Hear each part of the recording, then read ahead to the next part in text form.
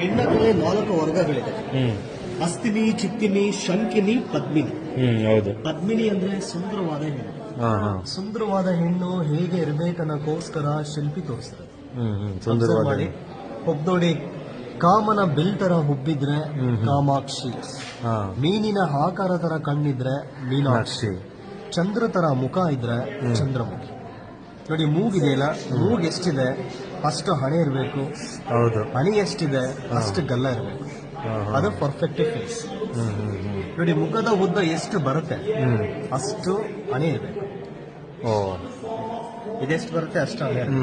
ಆಮೇಲೆ ಈ ಕಿವಿಯಿಂದ ಈ ಕಿವಿ ತನಕ ಇದೆಷ್ಟು ಸೈಜ್ ಇದೆ ಅಷ್ಟು ಸೈಜು ಸೊಂಟ ಇರಬೇಕು. ಡಾನ್ಸ್ಗೆ ತುಂಬಾ ಈಸಿ. ನೋಡಿ ಕಾಲಲ್ಲಿ ಮೇಡಮ್ ಸೆಕೆಂಡ್ ಬೆರಳು ಉದ್ದ ಆಗಿದ್ರೆ ಅವ್ರು ಸ್ವಲ್ಪ ಜೋರು ಅಂತ ಹೇಳ್ತಾರೆ, ಡಾಮಿನೇಟ್.